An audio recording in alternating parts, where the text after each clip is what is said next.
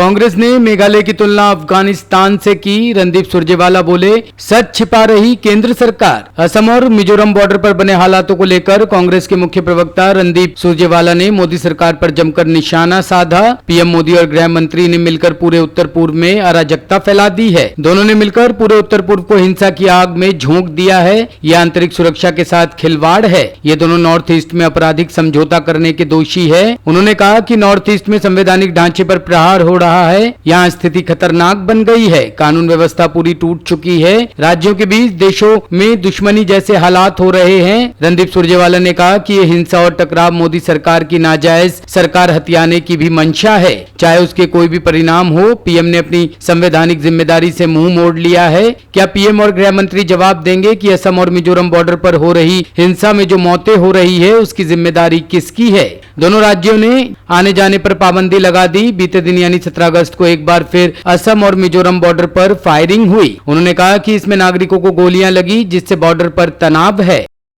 देश के उत्तरी पूर्व हिस्से को संघर्ष, टकराव और हिंसा की आग में झोंक दिया है। कानून व्यवस्था और संवैधानिक ढांचा लगता है जैसे चरमरा गया हो। प्रधानमंत्री और गृह मंत्री देश की आंतरिक सुरक्षा के साथ खिलवाड़ और देश की संप्रभुता के साथ, सुरक्षा के साथ एक आपराधिक समझौता करने के दोषी हैं। संघर्ष, टकराव, हिंसा, कानून व्यवस्था का टूट जाना और संवैधानिक ढांचे पर हमला बोला जाना, यह अफगानिस्तान का दृश्य नहीं जो टेलीविजन चैनल दिखा रहे हैं। यह मोदी सरकार द्वारा बार बार मीडिया को परोसे जाने वाला हिंदू मुस्लिम विभाजन भी नहीं। यह इस देश के उत्तर पूर्व के प्रांतों की वास्तु स्थिति है जो नहीं दिखाई जा रही।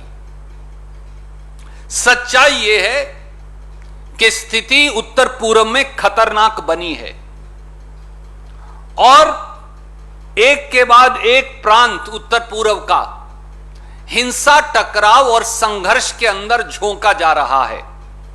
कानून व्यवस्था टूट चुकी है लगता है। प्रांत एक दूसरे के साथ दुश्मनी, जैसे दो दुश्मन देश का व्यवहार करते हैं ऐसे व्यवहार कर दुश्मनी बरत रहे हैं। दो प्रांतों की पुलिस एक दूसरे पर फायरिंग कर रही है। नागरिकों को गोलियां लग रही हैं और मोदी सरकार आंतरिक सुरक्षा को लेकर कान तले हाथ रखकर सोई पड़ी। क्या हिंदुस्तान के संघीय ढांचे में दो प्रांत एक दूसरे के दुश्मन हो सकते हैं? और कल अगस्त 17, 2021 को फिर तथाकथित तौर से असम मिजोरम बॉर्डर पर उग्रवादियों द्वारा नहीं, पुलिस द्वारा फायरिंग की गई और यह भी कहा जा रहा है कि 1 से 3 नागरिकों को गोलियां लगी। एक बार फिर असम और मिजोरम हिंदुस्तान के दो प्रांतों के बॉर्डर पर भारी टेंशन है। दोनों प्रांत एक दूसरे से ऐसा व्यवहार कर रहे हैं जैसे दो दुश्मन देश करते हैं। पर साथियों, देश के प्रधानमंत्री नरेंद्र मोदी जी क्या कर रहे हैं? देश के गृह मंत्री अमित शाह जी क्या कर रहे हैं? जब दो प्रांत एक दूसरे के दुश्मन और खून के प्यासे बने बैठे हैं,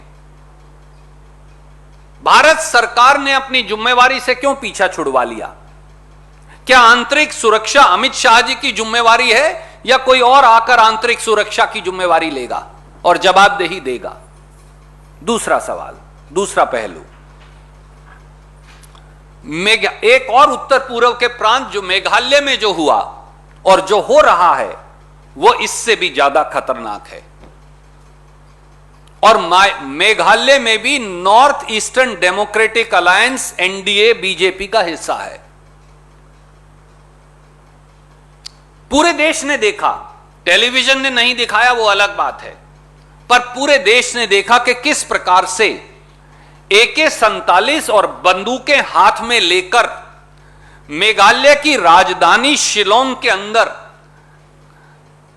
तालिबान जैसे काले झंडे लेकर, मुंह पर काले कपड़े पहनकर, उग्रवादी बंदूकें दिखाते हुए शिलोंग राजधानी के एक कोने से दूसरे कोने तक गए, पर किसी ने उन्हें रोका नहीं।